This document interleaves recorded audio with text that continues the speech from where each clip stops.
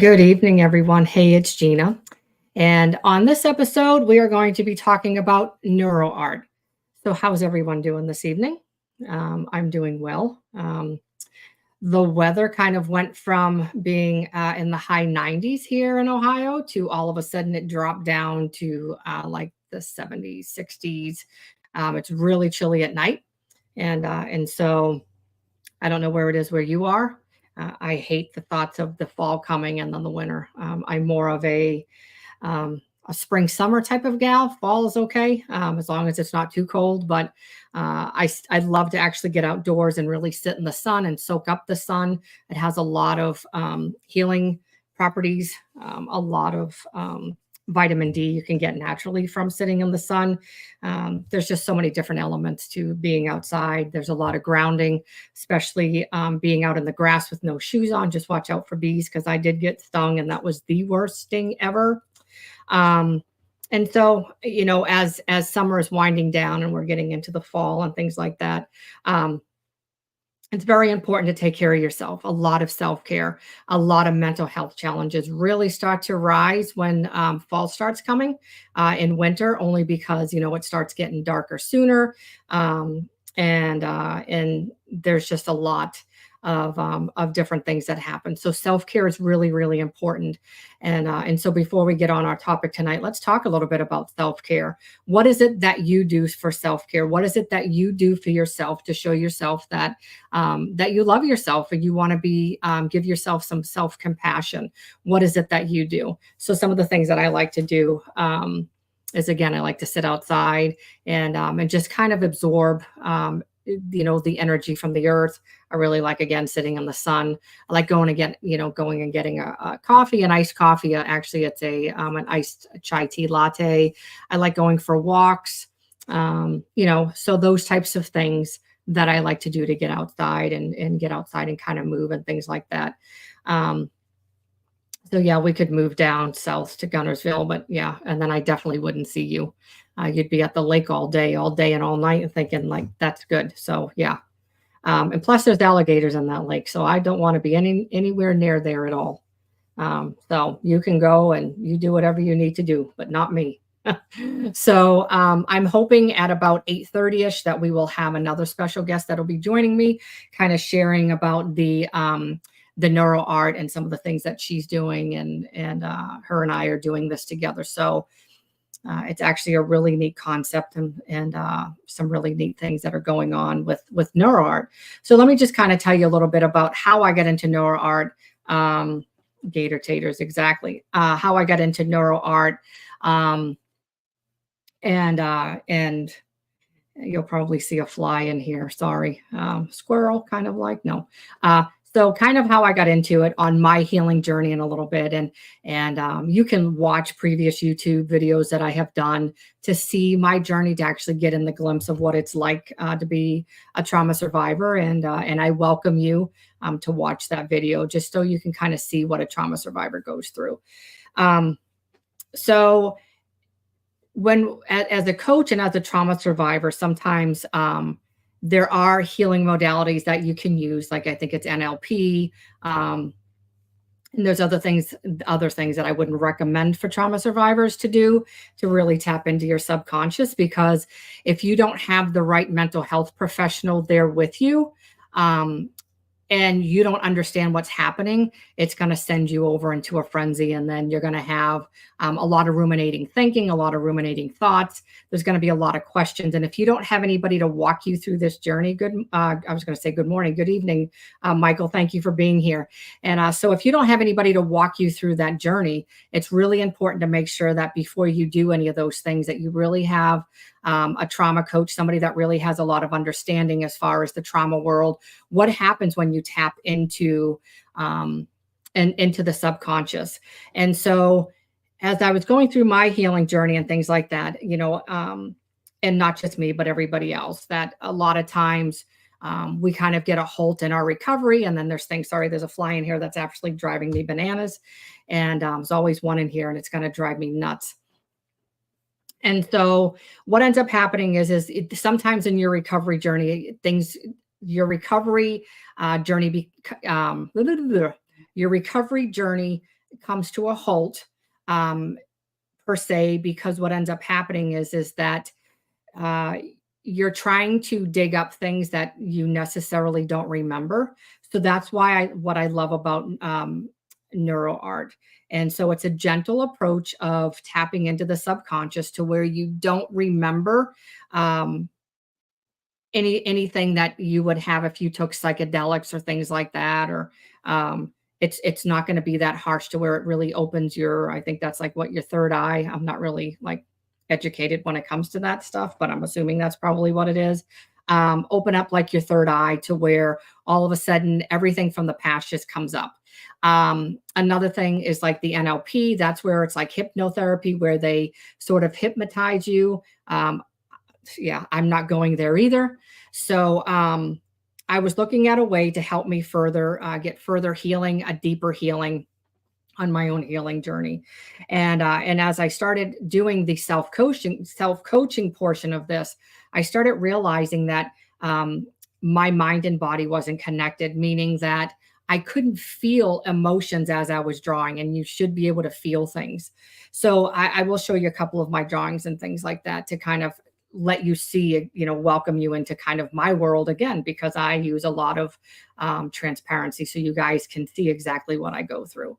So what I love about this is for trauma survivors that have PTSD, if you have CPTSD, if you're just looking for relaxation, if you're looking to use it to have growth, to set goals, to develop goals, to reach goals, if you want to make more money, there's all kinds of things that you can actually use neuro art for. But in my practice and the things that I'm doing and using it for, it's for trauma recovery. But there are other aspects that you can use it for. And so, again, so there was a disconnect between my mind and body, which means as I was doing this, things that I should have been feeling, I was not feeling. I just would go along and do the neuro lines, and I would just go along and color and do everything that I was supposed to. And as I was meeting with my instructor, and she said, "You didn't feel anything with any of these drawings?" And I said, "No, like at the end, I just felt satisfied. I felt relaxed, and I was done." There was one particular drawing. I don't remember which one it was. There was one particular drawing that I was doing. I don't remember what color I had chose to color with, but whatever color it was, I became very emotional. I started crying, and I don't know why. And so, what I love again is that even though I'm not feeling, I'm still healing. I started having dreams about the neuro art. I could literally see my neurons repairing themselves. And as they touched to repair, I could see a spark. So it was like, and so that's actually normal. And what you're doing is you're watching your brain repair itself. So even though, again, I couldn't see and I couldn't, I couldn't feel anything, I literally was still healing and getting all of that layer by layer by layer out of me. And so the first drawing that I'm going to show you is one that we did. And I'm going to kind of be a little vulnerable here. I don't like driving on the highway. And it goes back to, there was a lot of instances that takes place. And it goes back to my underlining issue of why is trust. I can't trust other drivers. And perfect example, we were on the highway yesterday going to my son's football game, and a semi almost caused us to go off the side of the road. And so those types of instances doesn't allow my nervous system to regulate when we're driving on the highway. And so those types of things scare me. And so it boils down to control. I'm sorry. Yes, it does control. Sorry. Control and trust. I can't trust anybody and I can't control anybody but myself. So that's scary to me, just like yesterday when that happened with the semi. And so every picture that I have drawn so far always comes back to trust. And it's just an amazing thing. So as I'm going through this program and getting this certification, that is where I'm going to dig deep into helping me remove the limitation of distrust. How can I start allowing my body to get, to feel trust or to trust others and realize that I don't always have to be in control. And so let me kind of show you one of the first ones I did. And this one here, was, so I can peek around so I can kind of show you what happened here. So this one, what ended up happening was this one, I was very, very angry when I was doing this. And I mean, who wouldn't be if obviously if you're a trauma survivor and trust and control. And so I started coloring very, very dark.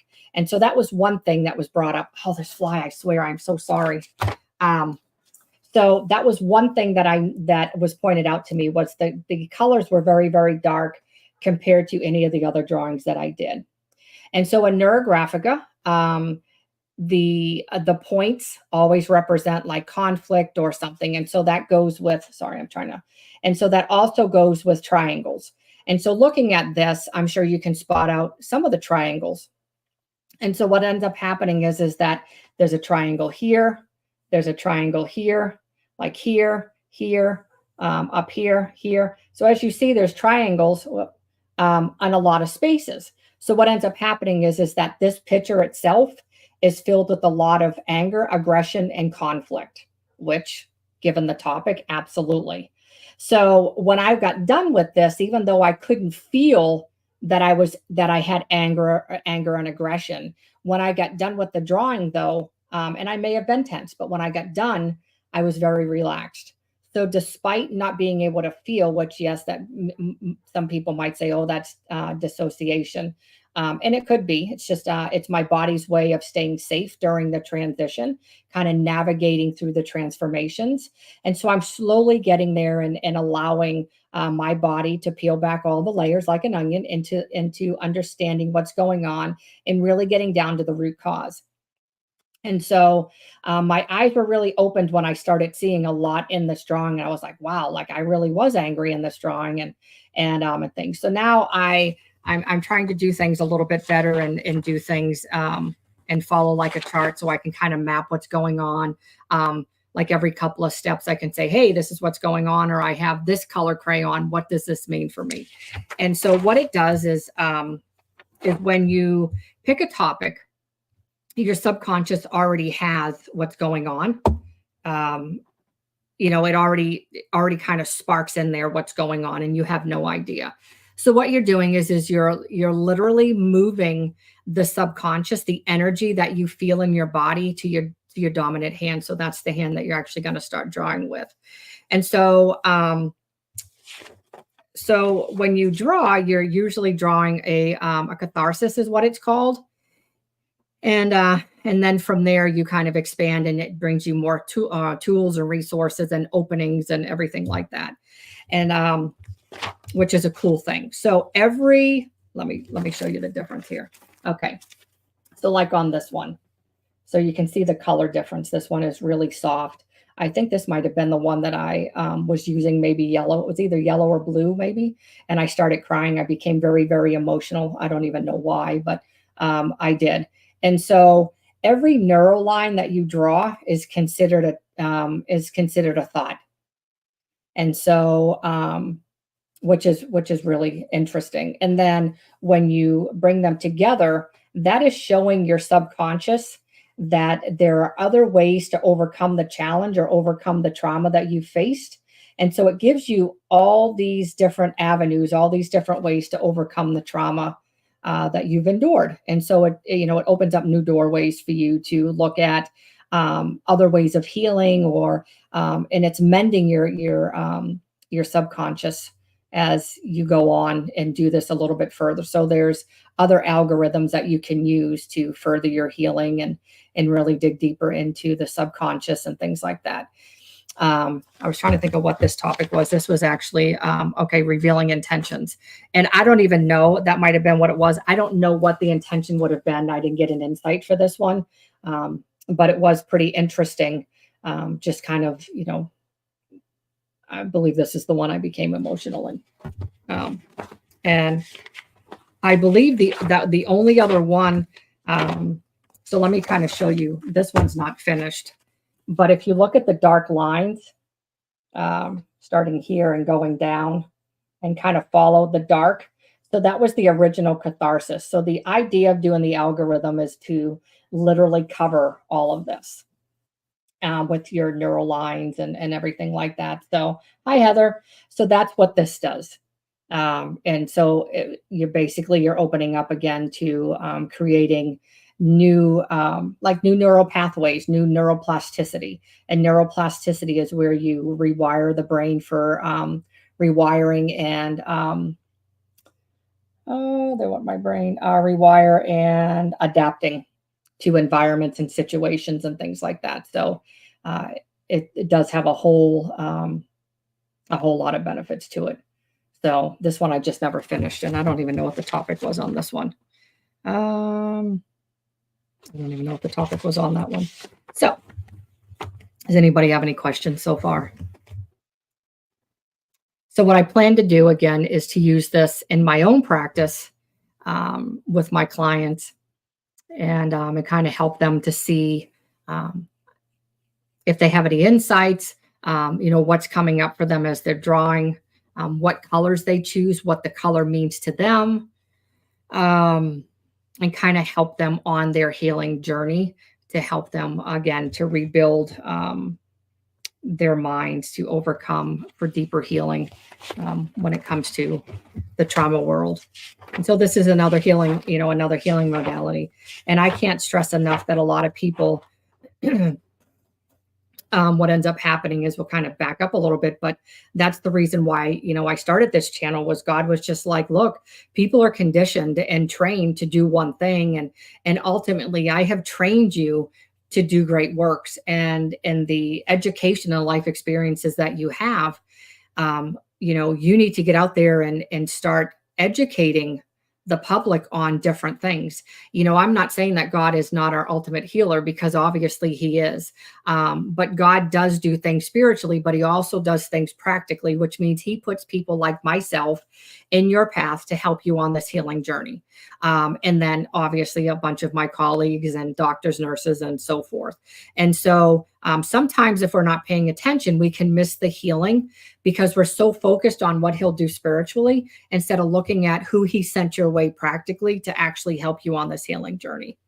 And so again, that was one of the reasons that we started, is because when you do traditional talk therapy, when you do coaching, whether it's, with myself, another coach, whether you go to a social worker or a counselor, what ends up happening is that you need more than just talking. You need to work out the trapped trauma that is stuck on the cellular level.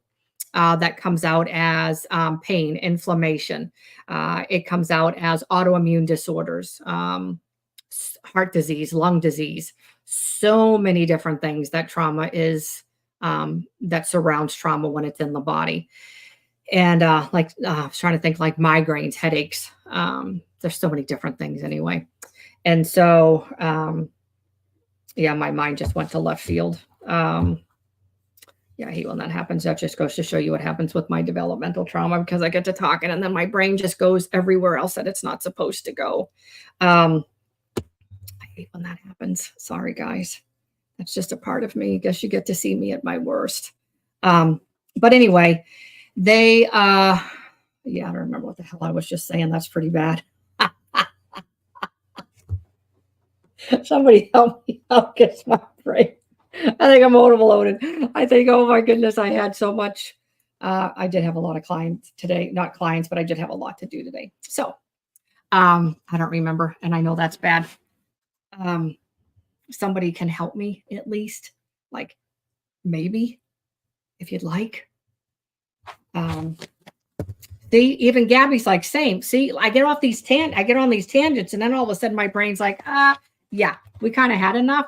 Hello. And I'm like, yeah, well, this makes me look like a ding dong, which it does. But guess what? This is trauma. This is trauma brain. This is what happens. So anyway, we'll just move on. But anyway, I don't remember what I was talking about. And I just love when that happens.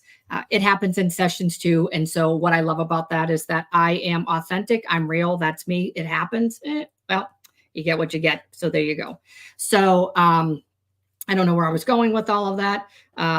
Charles is like, sorry, I want to feed the dog. Yeah, well, you're no help either, but it's okay. Anyway, I don't remember what I was saying, and that's really, really going to bug the crap out of me what I was saying, but I hate when that happens. That's why I really need to start taking notes and doing whatever. But anyway, healing modalities. I know that's what we were talking about and everything else. So anyway, healing modalities, getting started. I know that's kind of what I was talking about. So Um, yeah, well, she always does. Poor Isaac. We'll be praying for him, Heather. I know he's been thick. It's going around. So the healing modalities and the way that it gets trapped in the body. And so the side door approaches is where I was going. See, told you it would come back to me in a minute. Side door approaches. So side door approaches are where you use healing modalities that come in on the side door. And so those types of modalities are like mindfulness, breath work, waltzing through trauma like Gabby does. Gabby does a lot of self-defense. She has a wonderful nonprofit that she's starting in up in Indiana to help trauma survivors. Absolutely amazing.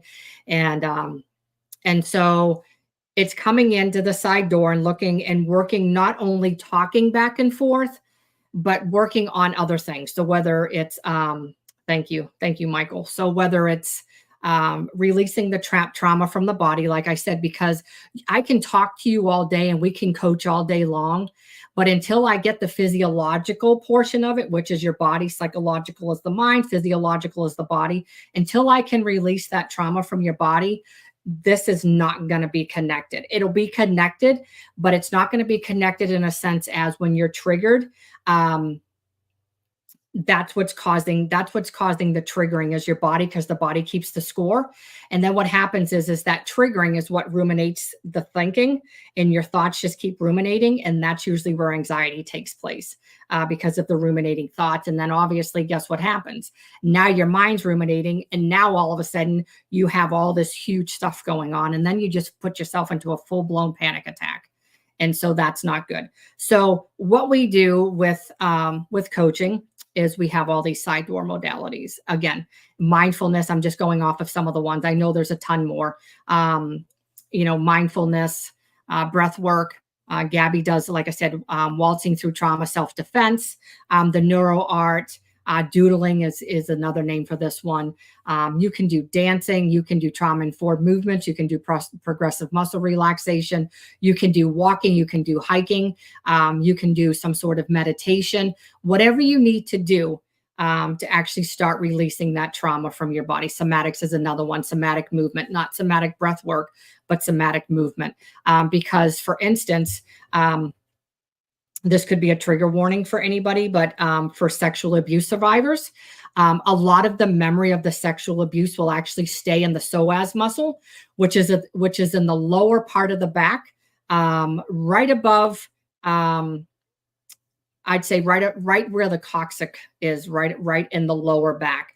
And so what ends up happening is it's such a deep pain, and it's so deep inside that there's no way to get to it unless you stretch. And so somatic movements allow you to start stretching.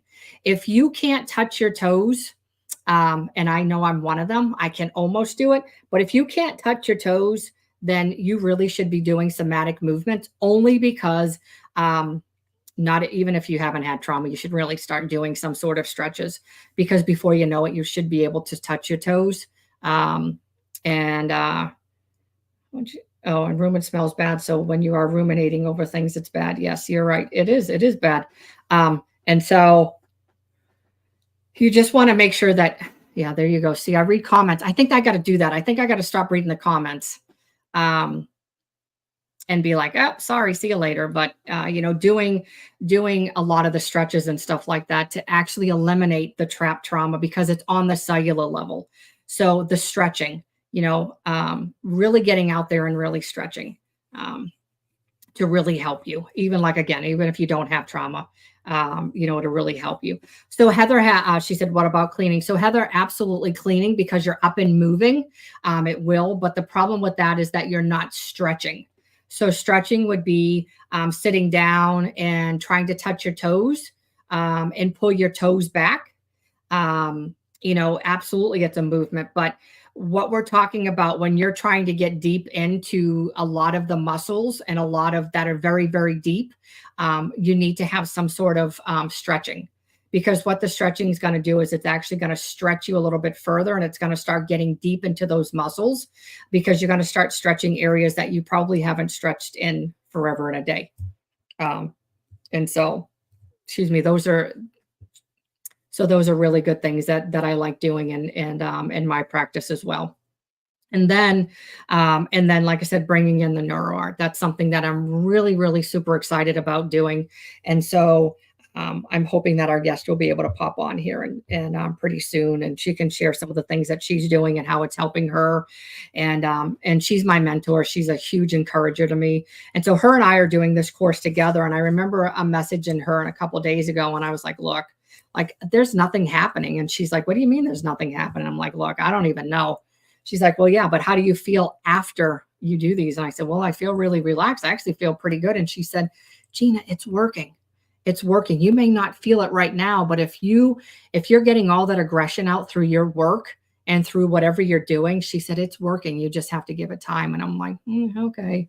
So I believe in the process. If I didn't, I wouldn't be on here talking about it. And I surely wouldn't be like, hey, this is something that I'm going to do in my practice. So again, what it does is you're creating new neural pathways for recovery, and then neuroplasticity for rewiring, and adapting to situations and things that that trauma survivors deal with. So another thing is as I'm going through this, I am looking for a couple people that would be interested in working with me weekly. It's probably going to be about 2 hours. And I need to get some more practice before I really feel comfortable. So if I have bloopers and, obviously you've seen I'm true, you see what happens here. But in my sessions, I am professional. I'm goofy, but I'm professional. And as a recovering perfectionist, it does bring up like a part of me is like, not that I'm shameful, but sometimes it's like, oh, Gina, like, why did that happen? And I was like, well, I can't control my brain. I can't. So I don't let myself go down the negative side of, oh, well, look at what happened. Oh, you made a fool of yourself. No, really, I didn't. What I'm doing is showing you this is me. This is authentic Gina. And this is what you get.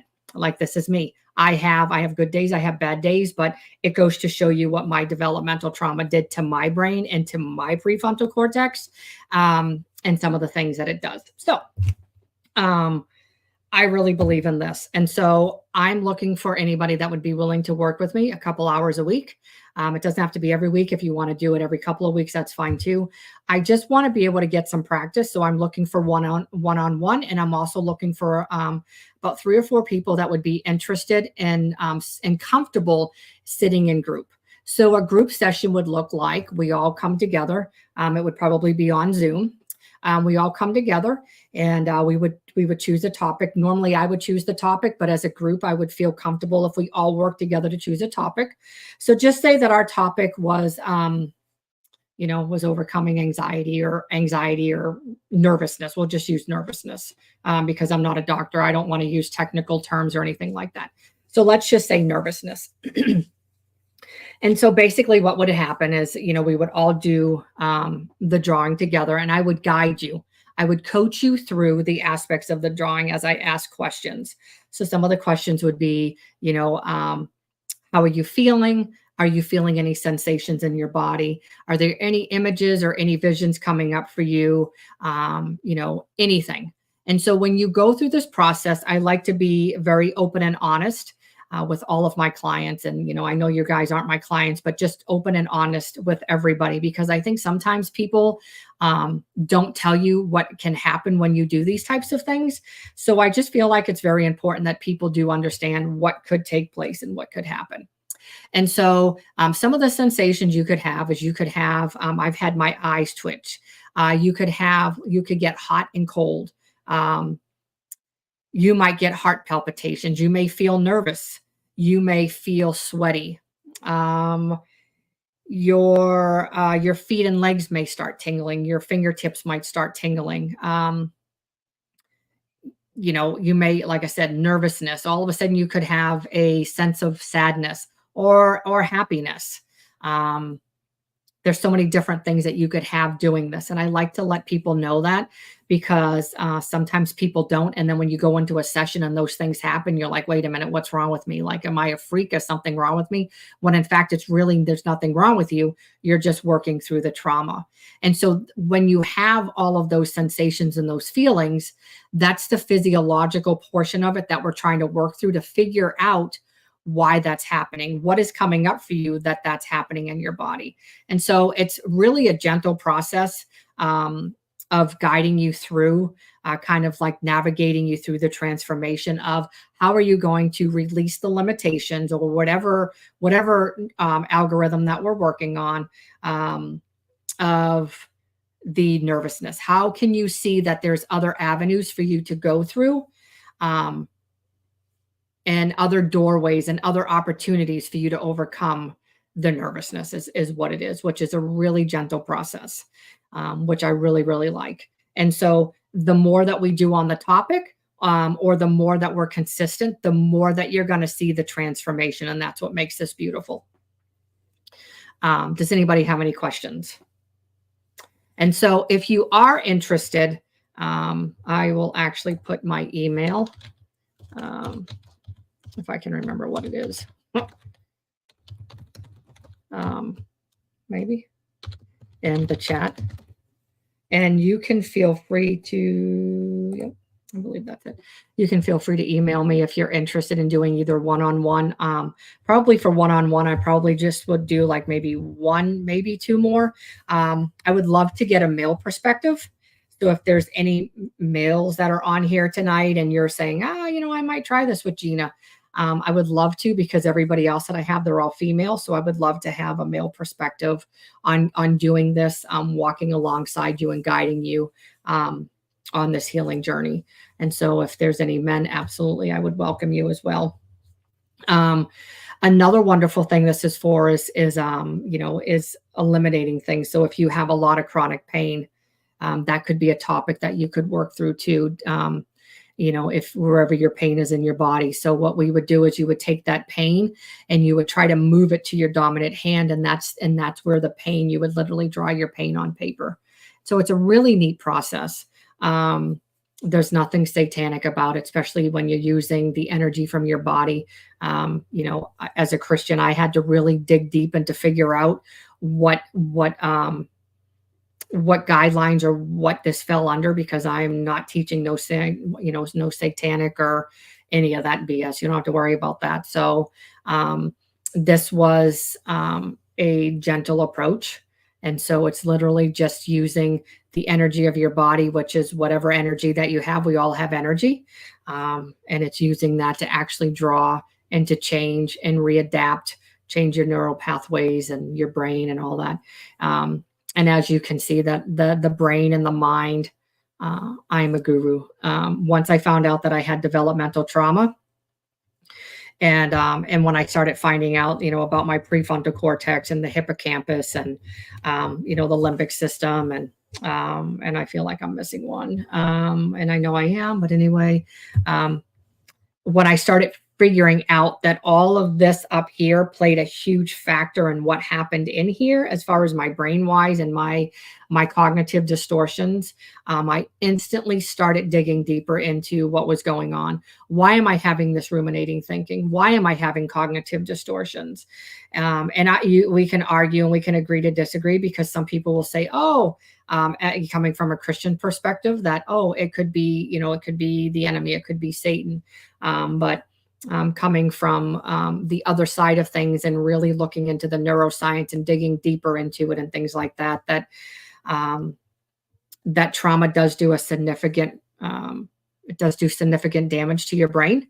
And so what I was experiencing was the after effects of trauma. So it took me a little while of going through that to finally figure out that that's exactly what it was, and really not listening to other people that had said some pretty mean things to me. So yeah. So does anybody have any questions? Anything like that? No. So let me, I'll show you another drawing. I'm trying to think if I have, so this was one that I did.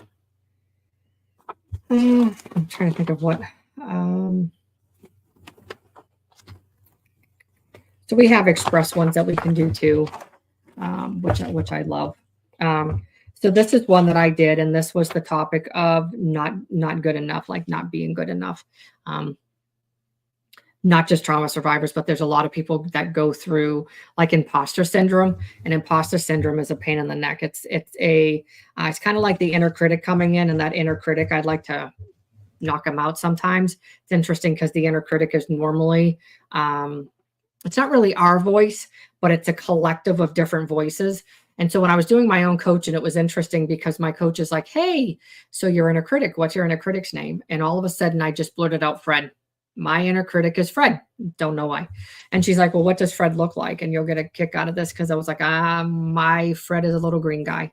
So my Fred is a little green guy, and that's my inner critic. And he sits there and he gives me all these distorted truths.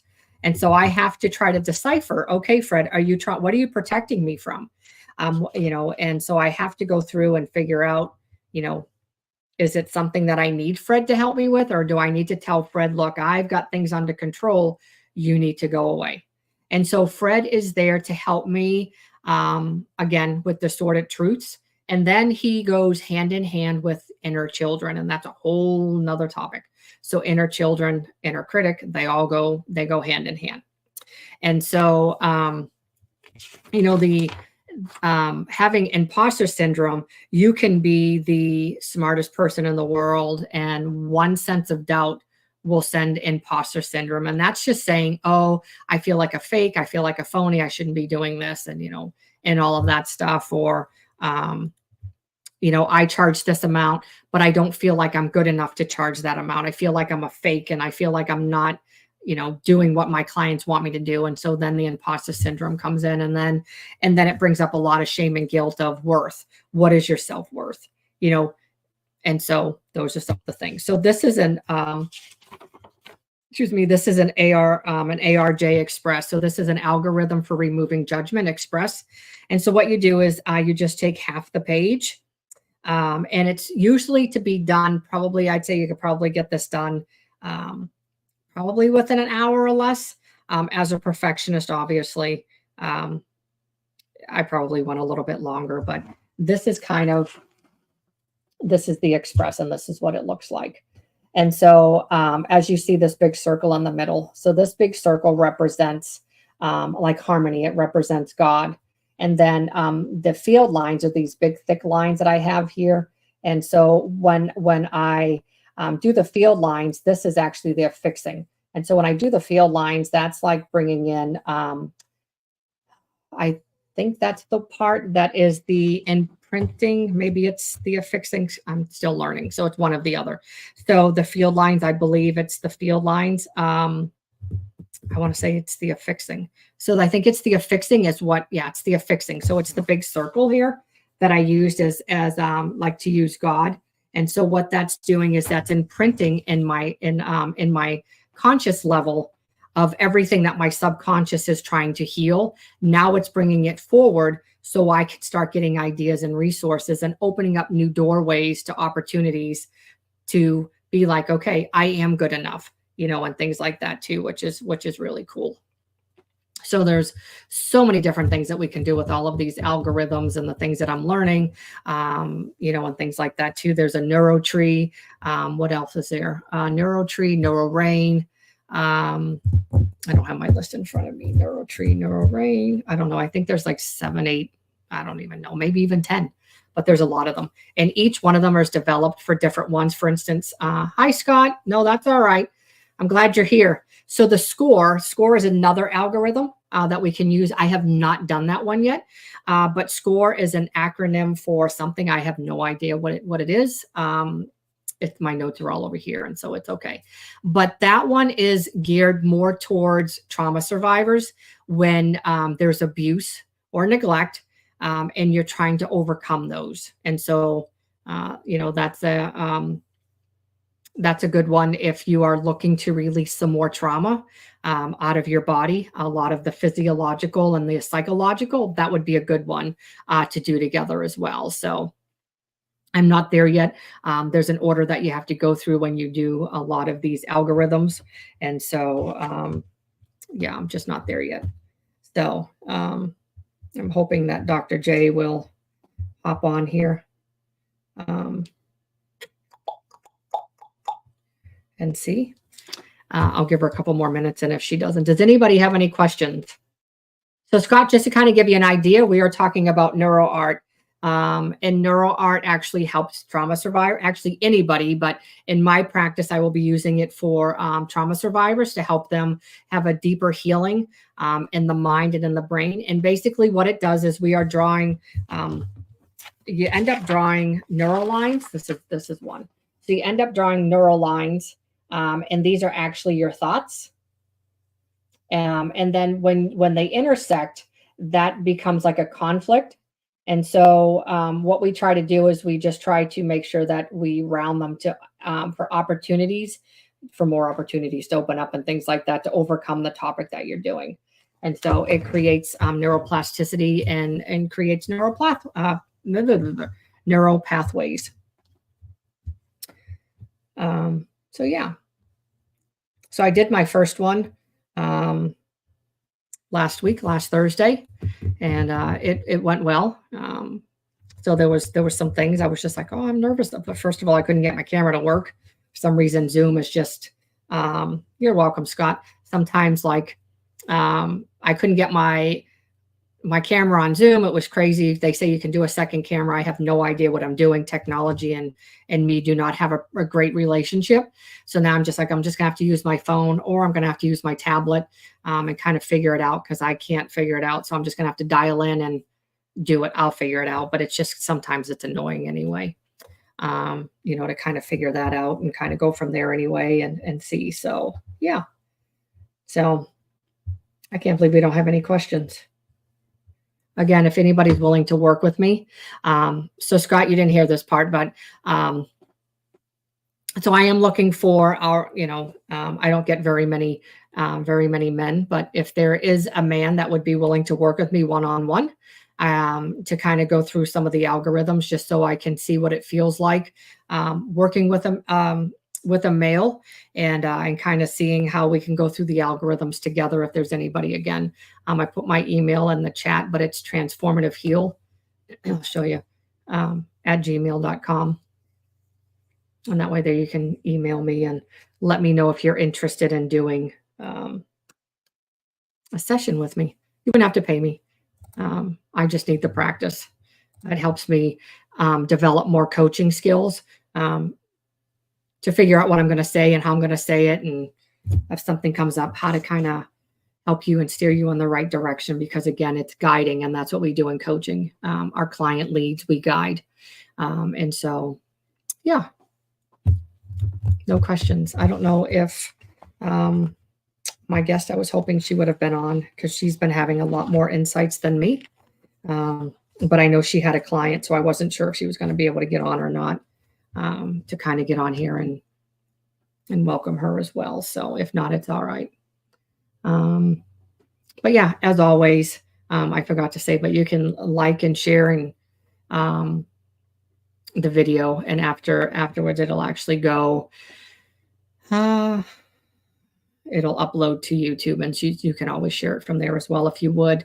But again, the new Neuro Art is absolutely amazing, especially teaching on a lot of different aspects that come along with it.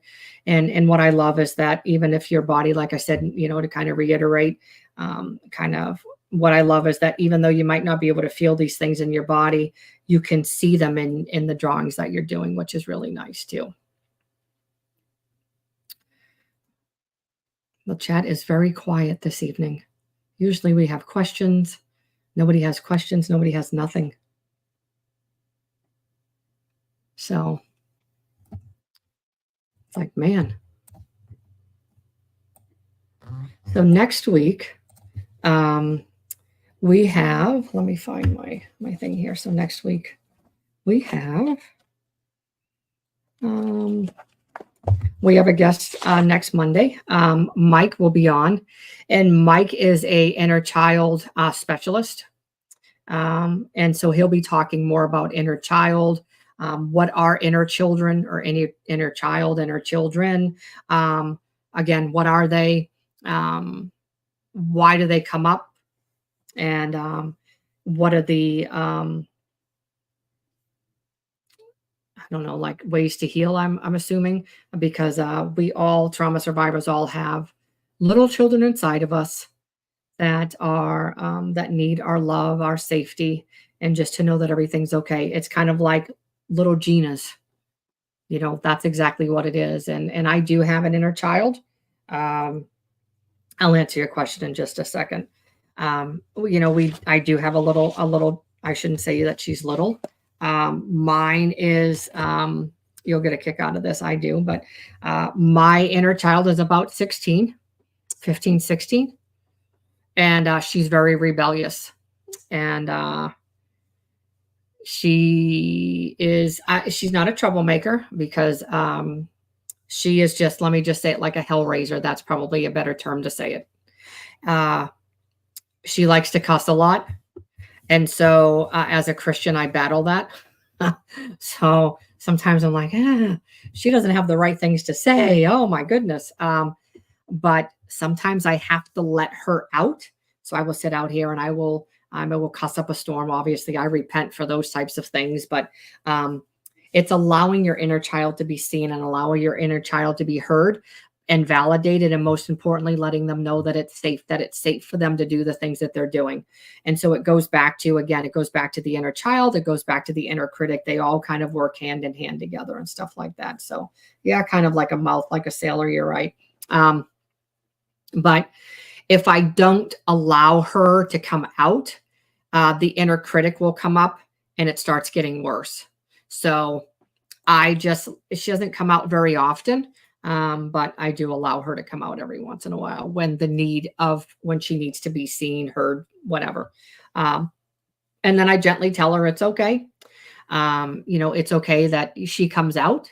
And I validate the things that she's going through. Because at 16, there was a lot of stuff. It was very chaotic at 16. 16 is the time that my abuse ended after 11 years. And so I can see why this inner child is like, holy crap, let all this stuff out. So I get it. And so, okay. So Sly asked, tell everyone of the benefits of doing these drawings. So the benefits of doing these drawings, again, is that we tap into the subconscious, and you can't necessarily tap into the subconscious in this much of a gentle way without going and doing like hypnotherapy or psychedelics that I would not recommend by any means. But what it does is it taps into the subconscious. And when you're drawing the neural lines are actually your thoughts coming from up here. And so you're drawing them down on the paper, and some of them, like some of mine, when I did my evaluation, I was actually drawing my brain waves. And so it was actually pretty neat to even see that in some of my drawings as well. But what you're doing is you're drawing the neural lines, which are your thoughts, which are coming up. And you might not even know what your thoughts are. And that's okay, because that's a part of the subconscious that's it's correlating the topic with what's going on in your subconscious.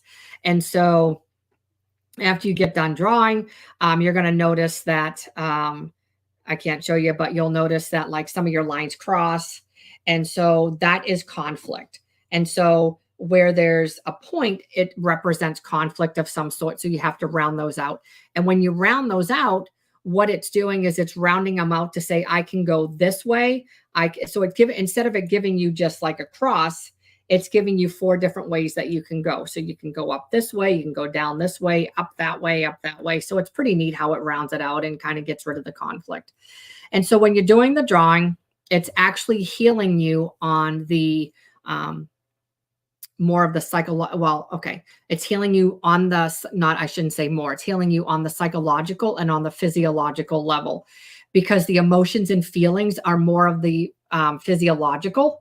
And so you're healing yourself by doing it, because things may come up and things may not, but they'll come up in your drawing to let you know, oh, I was angry.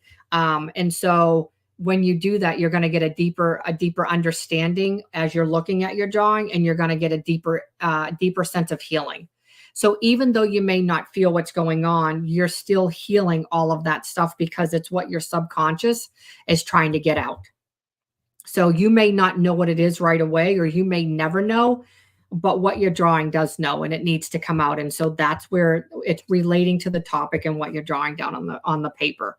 So in the end, what it's doing is what trauma does in the brain is it is the sorry, it is oh, the neurons. Yeah. So the neurons in your brain become, I want to say, like damaged. And so what this does is it creates new neural pathways and neuroplasticity. So it's repairing your brain as you're doing it. And it's actually a really neat process. And so as you do those, it's rewiring and adapting to changes within your brain and situations that occur and things like that. So neuroplasticity is a really cool concept when it comes to the neurons, the neural pathways and all of those different things. Yes, Scott, it is freehand drawing.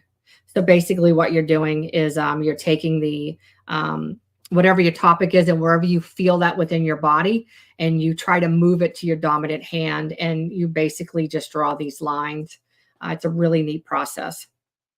And so it is all freehand drawing, and there's no right or wrong way. And that's what the beauty of this is. There's really no right or wrong way in doing it. So you weren't here, but let me show you this one drawing really quick that I did. And all of my drawings so far have, like I said, have been very, very soft. Everything has been very soft. Well, I did this drawing, and all of my drawings have been soft except for this one. So I did this one, Scott, and I couldn't feel that I was upset. Like, I didn't know I was mad. I didn't even feel any aggression. I didn't feel anything. But when I went in my instructor, when I went into a feedback session, and she said, you were really ticked off in this. And I said, I was. And she said, look how dark you colored. I said, yeah. And she said, then you use black, which, you can, but you're already using black anyway. And she said, there's a lot going on. There's a lot of aggression in this picture. And I was like, okay. And then she said, triangle. So here's a triangle here. There's one here, here, here, here. I'm sure you can see, many more. And so triangles actually, there's even one up here too. And, you could even have small ones, but triangles are actually conflict. So when you see triangles in your picture, you don't even know that you're drawing this. Like this just happens when you're drawing. You don't even know. It's just, you're just drawing. And so when I got finished and she told me, she's like, look at all those triangles. That means you had a lot of aggression. There's a lot of conflict in your photo or in your drawing. And I was like, holy Toledo, like the topic that I drew on, this makes perfect sense why I would be like I was. And so you never know what the end result will be. Let me show you another one really quick that I thought was pretty interesting too. And so I was drawing about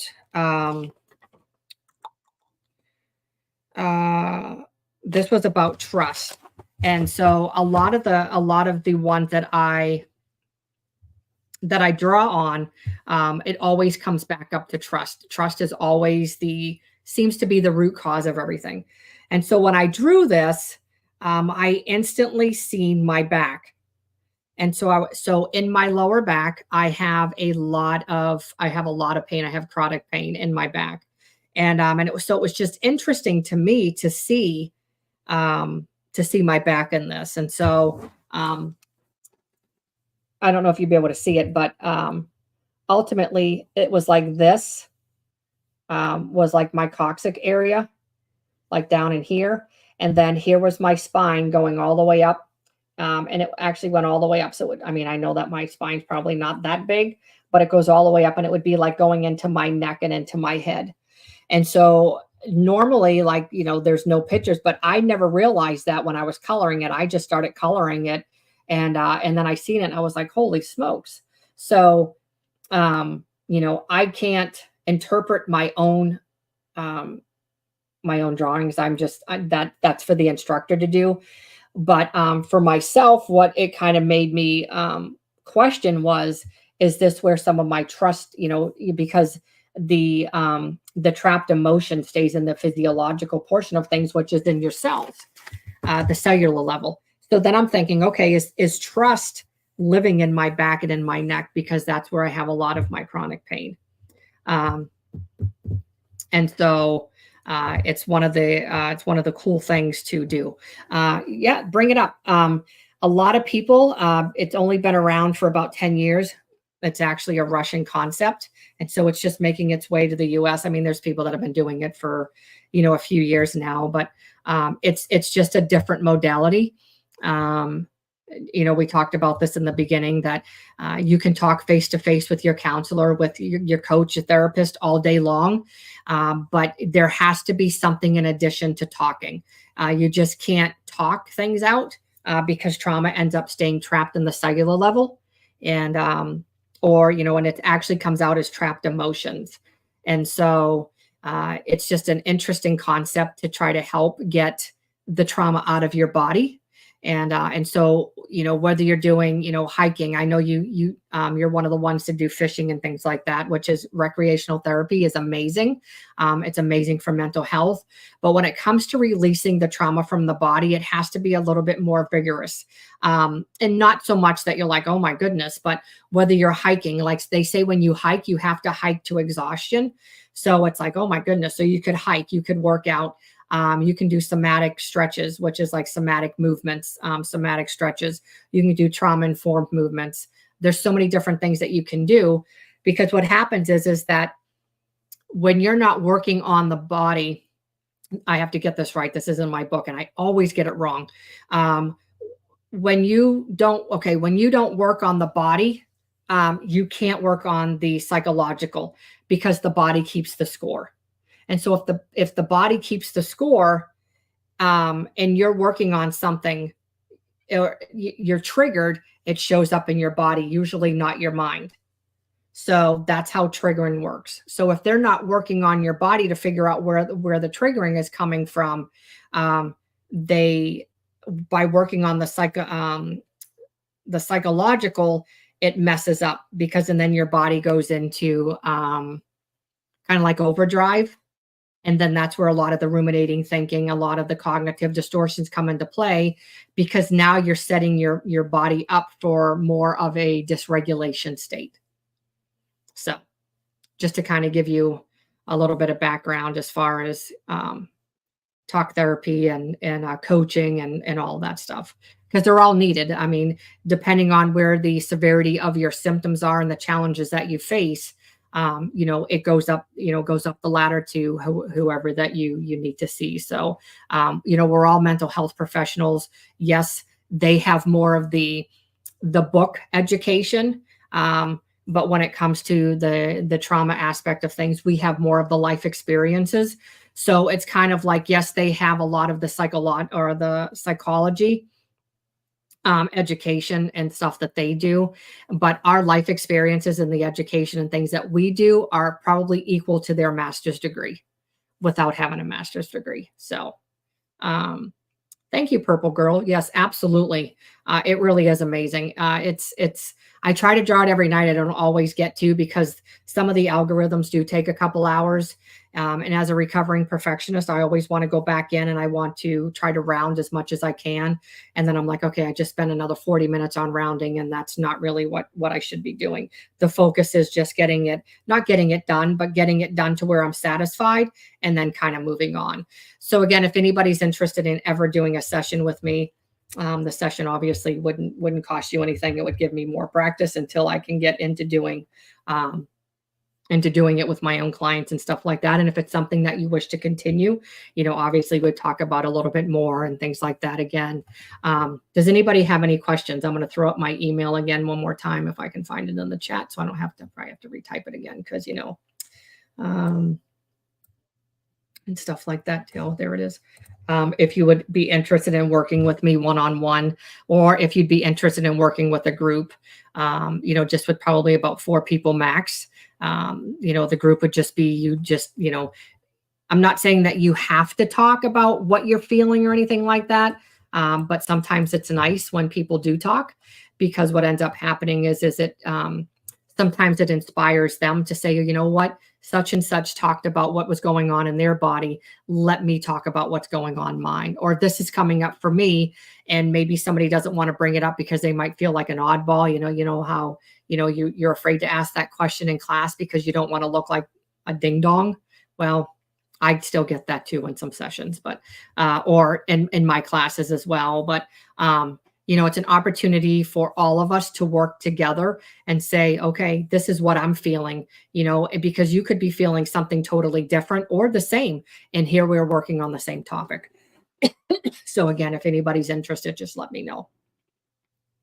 I was really hoping that our guest would come on, but I'll have to see if I can have her on again in the next couple of weeks. I'll see if I can have her on and talk a little bit more about this. But again, it's been what I love about this, and I'll kind of end with this too, because I don't think we're gonna have any questions. But what I love about this is that as a trauma survivor, here I thought, oh, I can feel things and I can do this and I can do that. And I have emotions and I have feelings and I can feel them and I can do this and whatever else. And through this art, I was able to identify that is still an area of my life that I need work on. But despite me not being able to feel those, I'm still working through those, and I'm still able to overcome and heal in a deeper sense than I would if I was doing something different.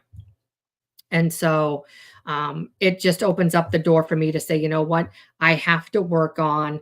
It's going to take me a little bit longer, which is fine with me. But literally, I have to detail every step.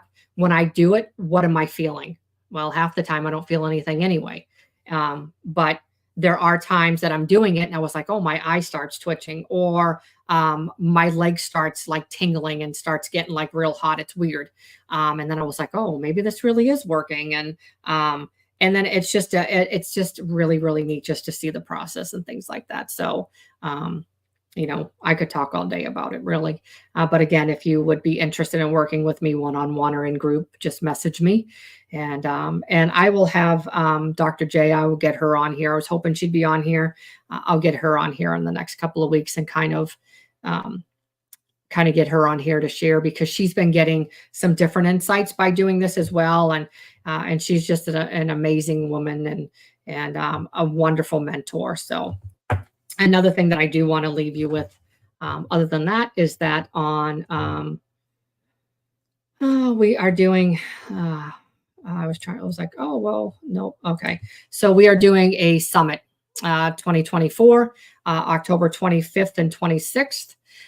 It is a global summit, and it is called Rise Up from Trauma, breaking the silence on trauma. And what this is about, it's about welcoming trauma survivors and families, adoptive families, fostering families, mental health professionals, church people, lay persons, anybody that really feels like they need to get more information on mental health and trauma.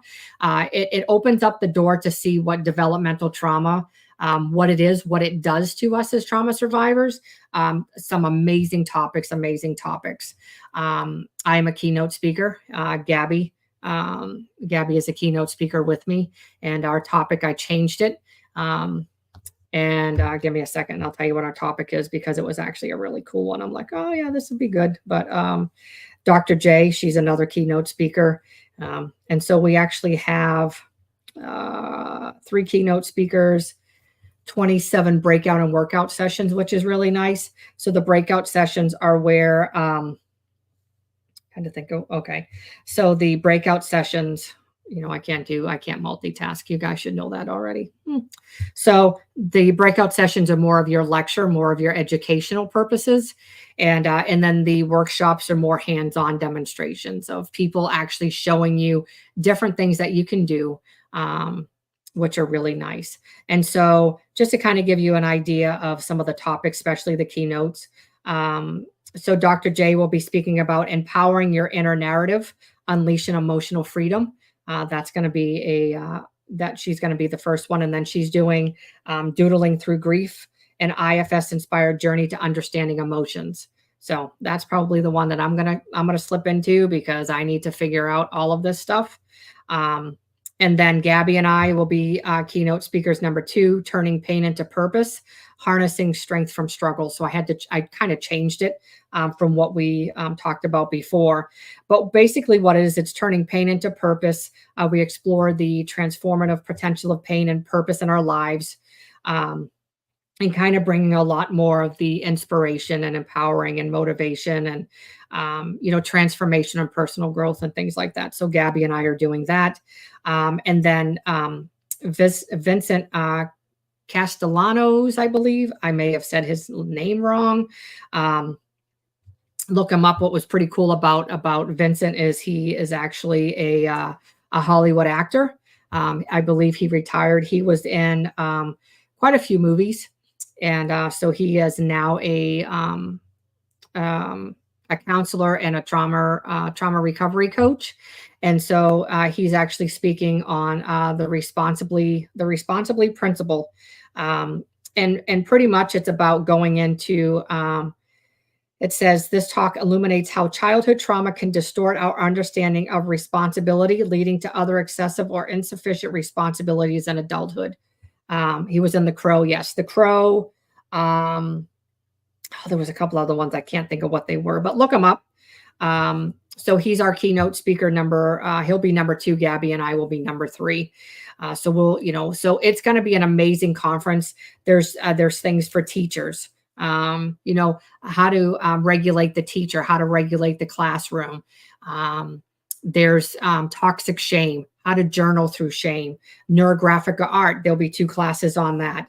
I'm trying to go through why I'm sitting here and have it pulled up. And then Gabby will be talking about the neuroscience behind mental health benefits of artistic modalities, and then she'll be doing waltzing and self-defense.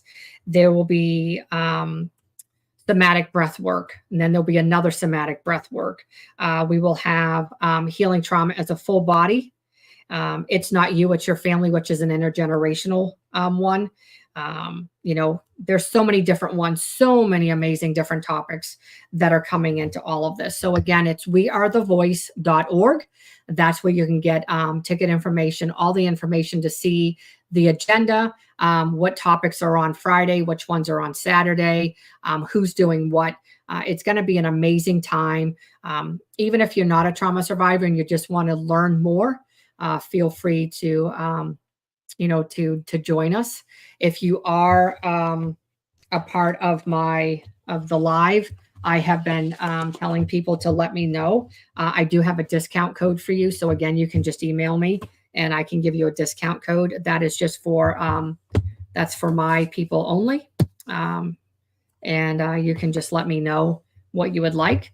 And so if there's no questions, I won't keep you guys any longer. It's been a little over an hour. So I appreciate each and every one of you for being here. I really appreciate you giving me the opportunity to be myself, whether I'm goofy, whether it's my trauma brain that kicks in and you just sit there and laugh with me and watch my struggles. That's fine too, because sometimes I'm just like, oh my goodness, it's kind of like crazy. So you're welcome, Scott, anytime. Again, I really appreciate each and every one of you for being here. Next week, Mike will be on talking about inner children, which I'm pretty psyched to hear him and kind of dig deep, a little bit deeper into inner children and what they are and things like that. So make sure that you go and subscribe so you'll get the notification for that one for next week. And then coming up, I think the week after that, let me check my calendar really quick before I let you go. Coming up the week after that, oh, well, on the 30th, I don't have anybody on the 22nd right now, but on the 30th, we have another gal that's coming. She's absolutely amazing. I can't wait for you to meet her. Tabitha, she's an amazing individual as well. And so we're all in this together to try to bring more healing modality information to everybody, so everybody understands that there's more to healing than just talking. So again, thank you so much for being here, everyone. And I really appreciate you. Make sure that you, again, like, subscribe, share the content if you would. I really appreciate each and every one of you. Have a good night, everyone. Bye-bye.